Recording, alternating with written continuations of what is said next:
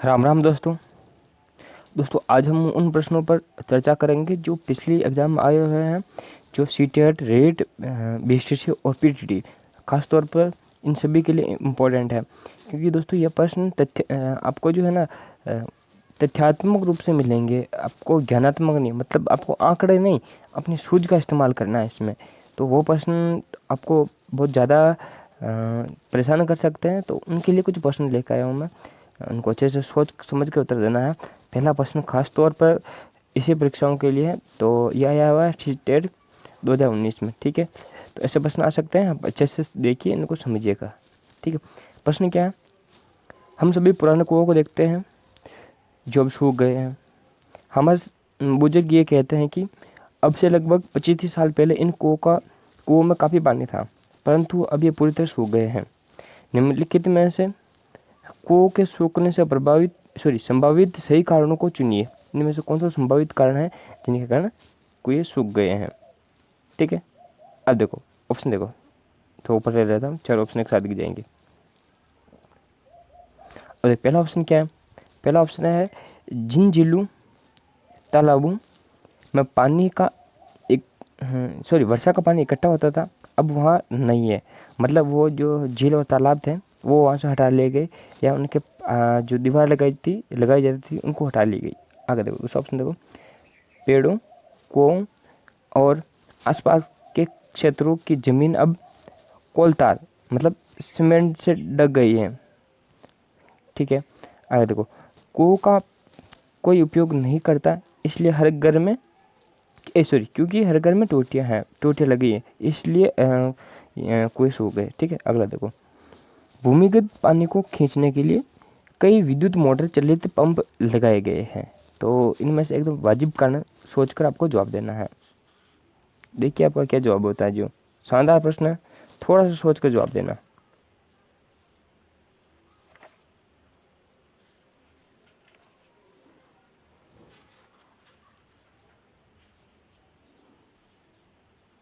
बिल्कुल।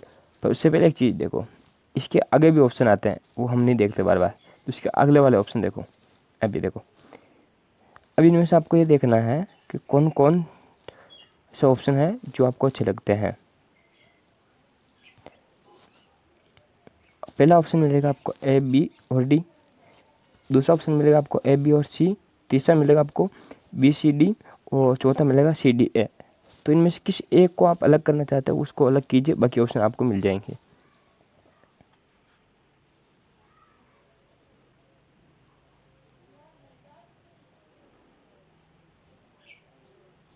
अब देखो, बिल्कुल सी, जिन दोस्तों ने भी ये सोचा है कि कुओं का कोई उपयोग नहीं करता क्योंकि हर घर में टूटी लगी है, तो यह मतलब बिल्कुल नकारात्मक है। तो इस चीज़ को आप ध्यान में रखें, मतलब उपयोग क्यों नहीं करते यार, बहुत सारा उपयोग करते हैं, गाँव में तो कुएं से ही काम चलता है। तो ये नकारात्मक ऑप्शन है, गलत ऑप्शन है ना, तो इसको हटाओ। ऐसा ऑप्शन देखो जिसमें सी नहीं है, देखो इसमें भी है तो इसको काट दो। अब इसमें भी काट दो, सी नंबर में भी काट दो, पहला बचा तो ये देखो सही है। अब देखो ये एकदम सही हो गया, एकदम करेक्टली, तथ्य रूप से। तो इस प्रकार के प्रश्नों आप विशेष रूप से ध्यान रखिएगा। लगभग आप सभी ने गलत उत्तर दिया होगा, और मैंने भी आज अलग तरीके से प्रश्नों को प्रस्तुत किया। पहले मैंने आपको नीचे वाला ऑप्शन नहीं दिखाया था कि आप थोड़ा सा सोच को और गहरा करो, फिर नीचे वाले दिखाए तो आप आसानी से समझ गए इसको। ठीक है, आपको परीक्षा में ध्यान रखना, नीचे वाले जो कोट आते हैं ना उनको भी देखना है। ठीक है, अगला प्रश्न की चर्चा करें।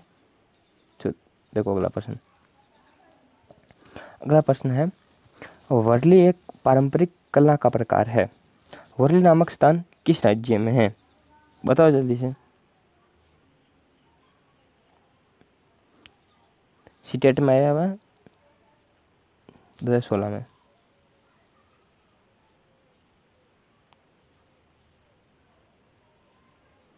बिल्कुल सी, कहाँ पे है वर्ली? महाराष्ट्र में है। ठीक है, अगला प्रश्न देखो, तीसरा प्रश्न, शानदार प्रश्न। भारत में उपभोक्ता संरक्षण अधिनियम किस वर्ष लागू किया गया?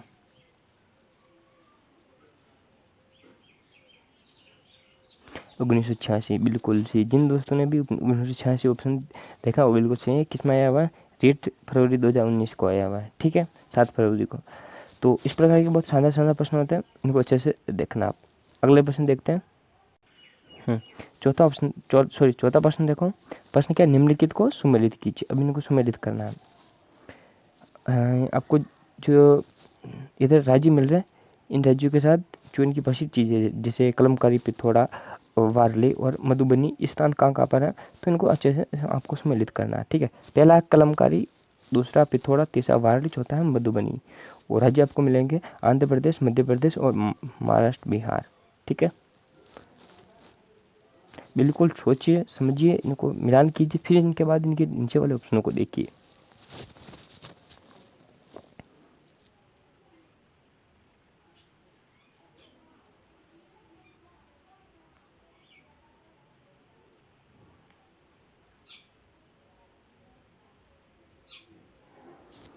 ठीक है, अब हम इनको मिलाकर देख लेते हैं। देखिए, जो कलमकारी है ना, वो कहाँ की प्रसिद्ध है, बताओ जल्दी से, कलमकारी कहाँ की प्रसिद्ध है? कलमकारी प्रसिद्ध है आंध्र प्रदेश की। ठीक है, आगे देखो दूसरा, देखो पिथौरा कहाँ का प्रसिद्ध है? पिथौरा कहाँ का प्रसिद्ध है? महाराष्ट्र, सॉरी मध्य प्रदेश का प्रसिद्ध है। कहाँ का प्रसिद्ध है? मध्य प्रदेश का। तीसरा देखो, वारली कहाँ का प्रसिद्ध है? वारली प्रसिद्ध है महाराष्ट्र का। या वारली कहाँ पर है? महाराष्ट्र में। ठीक है, आगे देखो चौथा, देखो चौथा ऑप्शन है मधुबनी, कहाँ का होगा? बिहार का। ठीक है, अब इसमें देखिए कंटिन्यू किस में आ रहा है, इसमें नहीं आ रहा है, पहला छोड़ो, इसमें 4 पहले आ गया, एक पहले किस में आ रहा है? देखो तीसरे में आ रहा है। ठीक है, इसमें भी नहीं आ रहा, तो ये ऑप्शन सी हो जाएगा इसका। इस बार का प्रश्न भी आता है, हरियाणा स्टेट में आया हुआ है, तो अब इन चीज़ों को अच्छे से पढ़िएगा। अगले प्रश्न को देखो। अगला प्रश्न है, मधुबनी चित्रों को बनाने के लिए चित्रकारों द्वारा किए जाने वाला रंग होते हैं। कैसे होते हैं? मधुबनी जो चित्र को बनाते हैं ना व्यक्ति, चित्रकार जो बनाते हैं, उनमें जो चित्रकार जो विशेष रूप से रंग इस्तेमाल करते हैं, वो रंग कौन से हैं? देखिए जल्दी से।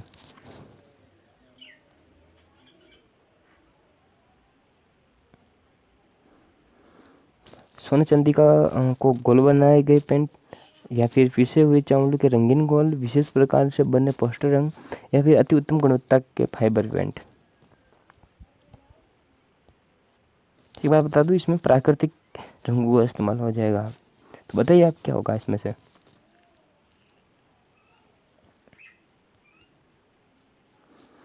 बिल्कुल सही है। जिन दोस्तों का भी ऑप्शन बी उत्तर आ रहा है, बिल्कुल सही है। आप ऐसे उत्तर देते रहिए, बहुत जल्द आप आराम से रीट सीटेट BSTC या फिर TT आराम से पास कर लोगे। पीछे हुए चावलों के जो रंग होते हैं ना, वो उनका गोल इस्तेमाल किया जाता है मधुबनी चित्रों को बनाने के लिए। ठीक है, अगला प्रश्न देखें। ठीक है, अगला प्रश्न देखते हैं। अगला प्रश्न अपना, ऊन प्राप्त होती है किन से प्राप्त होती है? भेड़, ऊँट एवं याक के बालों से, भेड़, शेर एवं ऊँट के बालों से, ऊँट, हाथी एवं खरगोश के बालों से, और गाय, बकरी एवं भेड़ के बालों से। सरल प्रश्न, बता दीजिए जल्दी से। बिल्कुल, देखो शेर से कोई ऊन प्राप्त कर सकता नहीं, खरगोश से कोई ऊन मिलती नहीं, और गाय से ऊन नहीं मिलती। इनको छोड़ो, बच्चे कौन? ये भेड़, ऊँट एवं याक के बालों से। इस प्रकार ऑप्शन को काटने के बाद आप सही ऑप्शन चुन सकते हैं। ये भी बहुत शानदार तरीका होता है। आर्टेट 9 सितंबर 2012 को आया हुआ है। ठीक है, तो अब इन चीज़ों का अच्छे से ध्यान रखिएगा। अगला प्रश्न देखें। ठीक है, अगला अपना बहुत शानदार प्रश्न है। देखो प्रश्न क्या, ठगी अथवा अनुचित व्यापारिक व्यवहार होने पर हम शिकायत करनी चाहिए। हमें शिकायत कहाँ पर करनी चाहिए? उपभोक्ता मंचों को, जिला मुख्यालय को, तहसील को, या ग्राम पंचायत को? जल्दी बता दो।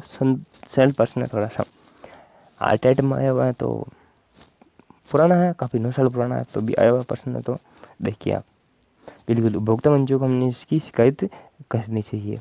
आगे देखो 8वां प्रश्न, मिथिला लोक चित्रकला का लोकप्रिय नाम है वारली, मांडना, मधुबनी और अल्पना। 8वें प्रश्न का उत्तर बताओ जल्दी से। हरियाणा स्टेट में आया हुआ है, दोबारा आ सकता है वापस, बताओ बताओ। बिल्कुल सही है, मधुबनी। क्या नाम है? मिथिला चित्र लोक कला का या लोक चित्रकला का मधुबनी, मिथिला से मैं याद रख सकते हो। ठीक है, तो अगला प्रश्न देखें। अगला प्रश्न देखो, 9वां प्रश्न है, वर्षा जल संग्रहण क्या है? पानी का वितरण, प्रयुक्त जल का संग्रहण और भंडारण, वर्षा जल का जमाव और भंडारण, और चौथा है उपयुक्त में से कोई नहीं। तो बताइए इनमें से क्या होगा इसका सही उत्तर?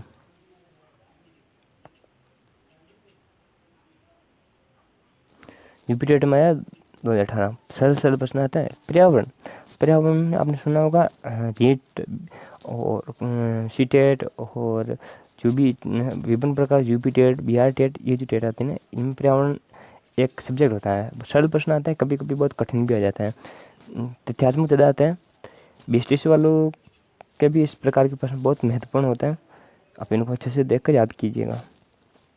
देखो क्या ऑप्शन मिल सही मानते हो हम? बिल्कुल, वर्षा का जल का जमाव करना और भंडारण करना जब वर्षा जल संग्रहण होता है। ठीक है, अगला प्रश्न देखें। ठीक है, अगला प्रश्न को देखते हैं। पीने के लिए सुरक्षित जल को क्या कहते हैं? ताज़ा जल, पीने योग्य जल, अशुद्ध जल और नल का जल। बिल्कुल सही, पीने योग्य को, पीने के लिए तो पीने योग्य जल को पीने योग्य जल ही कहेंगे। दूसरा ऑप्शन इसमें सही हो जाएगा, यूपी टेट में आया हुआ है 2018 में। अगला प्रश्न है, तरुण तरुण भारत संघ के राजेंद्र सिंह को किस कार्य के लिए मैग्सेसे पुरस्कार दिया गया? बताइए जल्दी से। जल संरक्षण, सामुदायिक वानिकी, वनों के संरक्षण या सौर ऊर्जा के लिए? बताओ कौन सा ऑप्शन सही है? बिल्कुल सही, जल संरक्षण के लिए इनको ये दिया गया। ऑप्शन है इसमें बिल्कुल सही उत्तर हो जाएगा। राजेंद्र सिंह को तरुण भारत संघ के जो व्यक्ति थे, एक कार्यकर्ता थे, को मैग्सेसे पुरस्कार दिया गया। ठीक है, ऐसा प्रश्न भी आता है। अब देखो अगला प्रश्न, देखो इसके कूट भी साथ में देख लेते। पिछली बार कूट नहीं देखे थे तो आप लोग थोड़े से हड़बड़ हो गए। अब देखो, सीढ़ीदार कुएं अथवा बावली अर्थात बावड़ी से संबंधित निम्नलिखित में से कुछ कथन दिए गए हैं। अब देखो, पहला कथन है, वह जल भंडारण तथा संरक्षण की पारंपरिक व्यवस्था है। बावड़ी क्या है? वह जल भंडारण तथा संरक्षण की पारंपरिक व्यवस्था है। ठीक है, अगला देखो, सामुदायिक स्रोत के रूप में उनका प्रयोग होता था। अब नहीं होता है, इस प्रकार का ऑप्शन है। तीसरा देखो, उनका निर्माण मुख्यतः वर्षा रहित राज्य में होता है। वर्षा रहित तो कोई राज्य ही नहीं है, पहली बात तो ये है, समय थोड़ी बहुत तो वर्षा होती है ना। हाँ, चौथा ऑप्शन है, उनमें केवल संदूषित जल होता है, प्रदूषित नहीं, संदूषित। ठीक है, केवल सम उपसर्ग का फर्क है, ज़्यादा कुछ नहीं। तो इसमें से कूट देख लो, पहला दूसरा सही है, पहला दूसरा तीसरा सही है, पहला सही है या केवल चौथा सही है?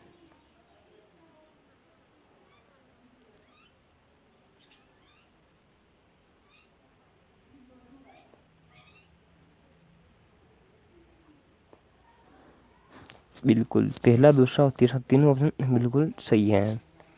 यहाँ पर जो चौथा ऑप्शन है बिल्कुल गलत हो जाएगा। क्यों गलत होगा?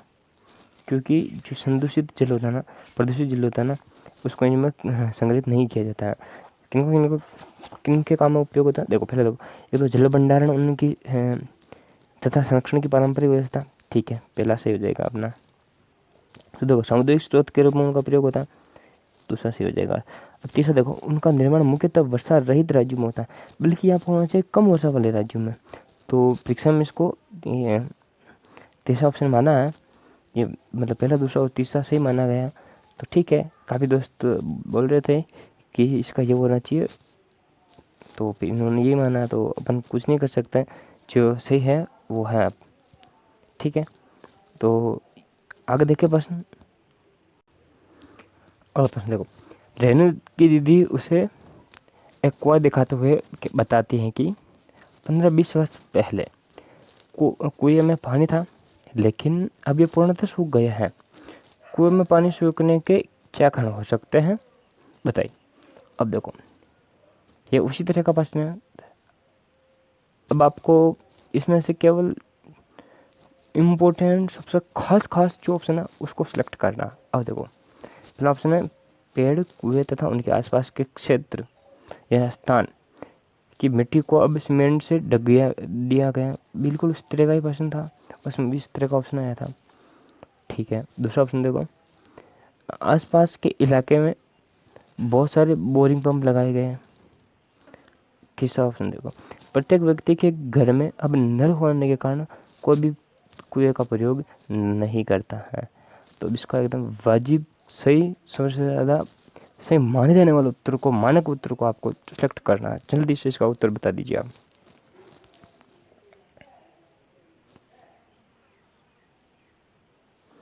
बिल्कुल, पहला और दूसरा ऑप्शन इसमें सही है। ये ऑप्शन हो जाएगा। देखो, पेड़ों और कुएं तथा उनके आसपास की जो स्थान है, उनको क्या है, अब मिट्टी को अब सीमेंट से ढक दिया गया है। इसको कैसे समझेंगे? उनके आसपास रोड, सड़क बना दिए गए, और पहले जहाँ से पानी ढलान वाले स्थान, जैसे तालाब कोई ये होता है ना, तो ढलान होता था और मिट्टी कटाव करके एकदम अपना एक रास्ता बना देती थी और पानी वहाँ भर जाता था।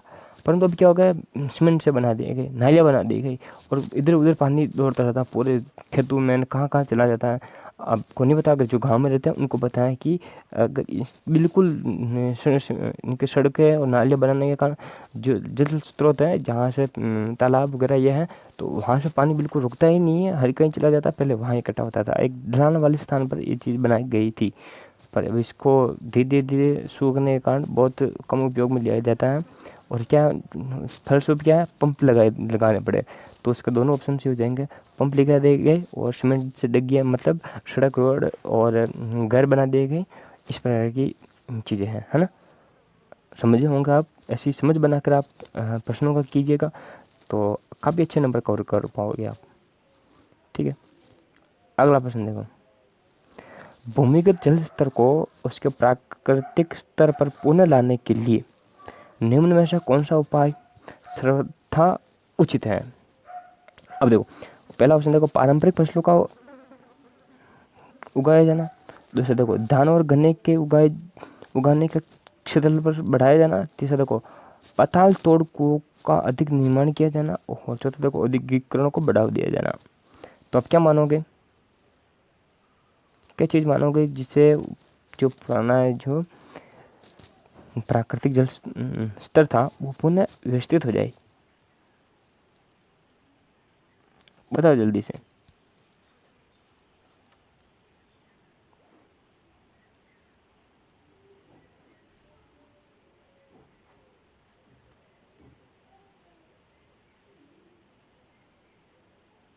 एक मिनट दोस्तों, यहाँ पे जो है ना, वो एक ऑप्शन है अनुचित है। उचित को काटिए, यह लिखिए अनुचित।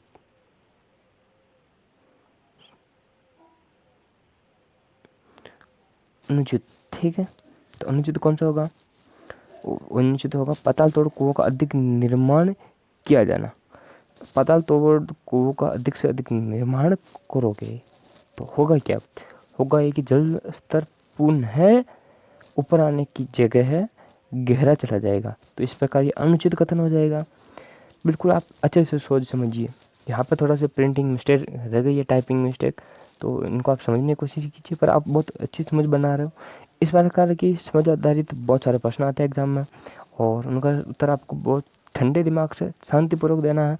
अगर आप किसी टेट मतलब टीचर ट्रेनिंग की, टीचर बनने की तैयारी कर रहे हैं, तो इस प्रकार के प्रश्न आपको बहुत फ़ायदा पहुंचाएंगे। आप इनको बहुत अच्छे से पढ़िएगा, और मेरी आप सद्भावना है, मेरी इच्छा आपके साथ है। अब भगवान से कामना करता हूँ कि आपकी जल्दी से जल्दी जॉब लग जाए, आप जिस के लिए तैयारी कर रहे हैं वो लक्ष्य आपको मिल जाए। थैंक यू सो मच दोस्तों, हैव ए नाइस डे।